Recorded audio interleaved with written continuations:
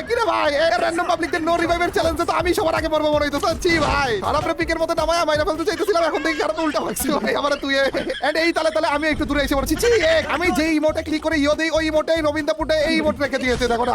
and আমাদের random public একজন মরেও গিয়েছে একটু অপেক্ষা করেছি আই এম কামিং এই যে এসে পড়েছি আরে জাম্প শট করে দিয়েছিল ভুলে আরে মেরে দিয়েছি তোমাকে আরে ভাই সব স্কোয়াড ক্লিয়ার আমার টিমমেট আরেকটা মরেও গিয়েছে ভাই আরে মরছে পুরোপুরি মরো না মানে সবাই মিলে একসাথে মরো ওরে দুইটা মরছে আরেকটা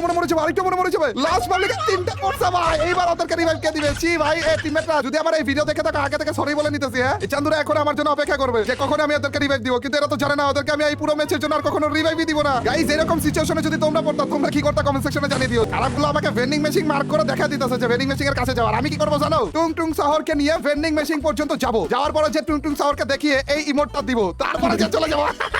গালি যে কয়টা খাওয়া লাগবে ভাই আজকে আবার কে জানে তোমাদের সাথে এই সিনটা হইলে তোমরা কি করতে কমেন্ট সেকশনে আপাতত জানিয়ে দিও গাইস এবং এইরকম একটা জিনিসের জন্য হইলেও তাড়াতাড়ি করে ভিডিওটাতে লাইক দিয়ে দাও ভাই